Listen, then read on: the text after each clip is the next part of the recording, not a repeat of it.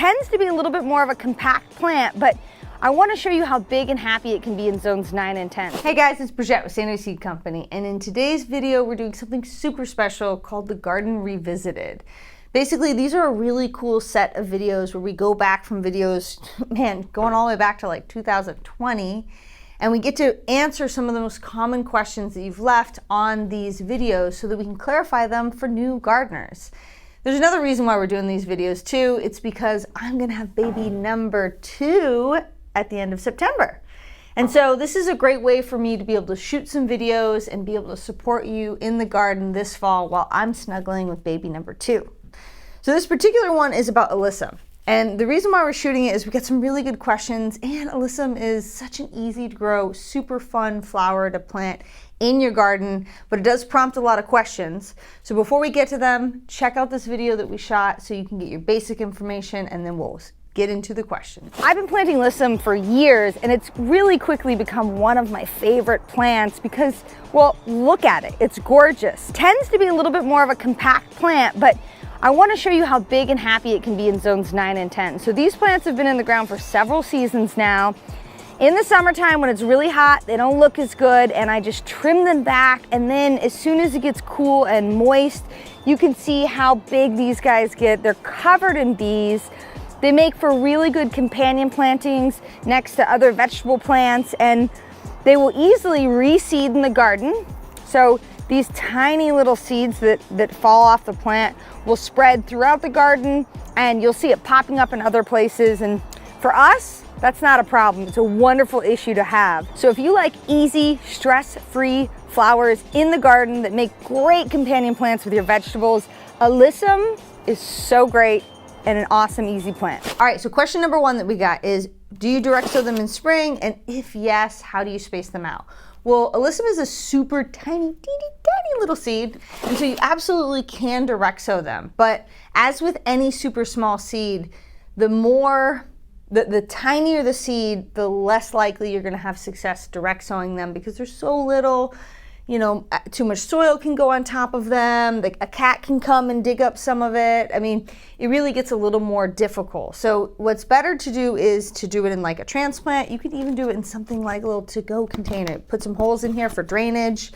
They're very easy to sprout, super easy to sprout, and you have a little more control if you do it in like a transplant size and then you transplant them out. Now, luckily for you, we actually have a video about starting super tiny seeds. We'll link to it in this video so that you can check that out.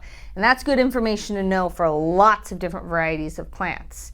Now, as far as spacing goes, so the smaller the seed, the more difficult it is to thin them out, but also, and to some degree, the more important it is because 50 tiny little seeds can germinate right on top of each other. Now with Alyssum, because you're growing a mat of it or a ball of it, and you don't need one tiny individual plant, you don't have to be really specific about the way that you do it. You might just want to go in there and thin slightly. You'll notice on the back of the seed packs, we list somewhere between 3 to 5 inches. The idea is that you just don't want a clump of 50 little seedlings sprouting right on top of each other. I will mention something which is a perfect little segue into the next question. So not all Alyssum varieties are actually created equal. Man, it'd be great if I had 3 packs right in front of me. Whoa, here they are. Isn't that great? I love it when that happens.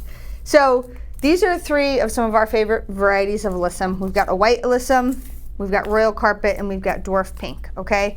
These are all 3 very beautiful varieties, but some of them are more aggressive, grow more aggressively than others. And I'll give you a good example, white Alyssum.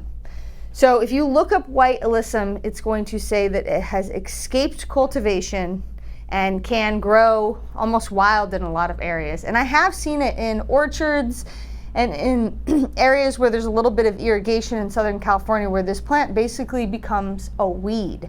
In our garden, it definitely has become a weed, a beautiful weed that I absolutely love, and I just pull up when I don't want it in a particular spot. But because it seeds so prolifically, it's gonna grow just about everywhere in the garden. Now, I cannot say the same for royal carpet or dwarf pink. These tend to be a little more finicky varieties. So keep that in mind. If you're gonna plant them out, know that they are going to spread. And that is what one of the second questions is about whether or not they are invasive. Now, I can't conclusively say, all the research I've found doesn't say that they are quote unquote invasive, but like I said, the white alyssum is going to grow in other parts of your garden if you plant it once. So if you want it to be a really well-behaved plant, this isn't it. If you want to grow a plant that's going to flower prolifically, grow super easily, this is going to be a plant that's great for you.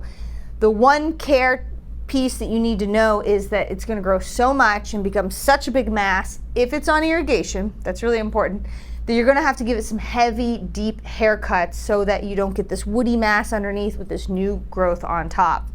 A lot of times what we do is we just simply pull it up and then I whack it where I want it to grow. The seeds fall.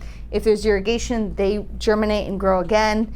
And I love that it doesn't take a lot of work. So the last question is about pruning the plants when they get leggy, which yes, that's exactly, I kind of got ahead of myself, but it is a common thing that you have to do with alyssums, especially the white alyssum. It's going to get so big and get so leggy that after time you need to prune it down to just have maybe 2-3 inches of the plant left. It's going to look really ugly for a little bit, but as long as it's on irrigation, it will regenerate its growth and it will look very pretty in a couple months' time. Our channel is all about zone 9 and 10. So when I'm talking about alyssum in zone 9 and 10, it's going to be a perennial, a short-lived perennial.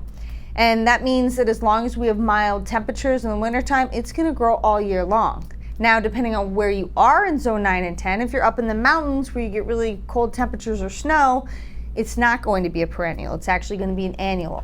But what makes it so awesome is it reseeds so prolifically that you're bound to have it year after year pop up in other parts of your garden, and you can enjoy that plant with very little effort. All right, so we would love it if you liked and subscribed our channel, especially if you're in zone 9 and 10, so we can learn from each other and be really good gardeners together. Comment on this video, let me know what varieties of flowers you love growing and what ones maybe you don't, because they are too aggressive growers and you don't want them in the garden.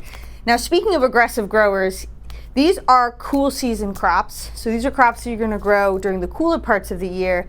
The kind of sister plant to this that you would grow in the warm season is our gaillardias. So what I love about gaillardias is actually, funny enough, I turned the irrigation off in my garden this year because I'm super pregnant. I'm not going out in the garden as much as I used to right now. It's really hot. But even with the irrigation off, the only thing in the garden that looks really good and is just blooming away is gaillardia. We have two different varieties. We have the blanket flower and we also have the double sunset, which is absolutely gorgeous. It looks like fireworks shooting off in your garden. And once they're established with a little bit of irrigation, they don't really need much and they will grow in a blanket or a mass, very similarly to the way that alyssum does, and give you lots of blooms for a very long period of time.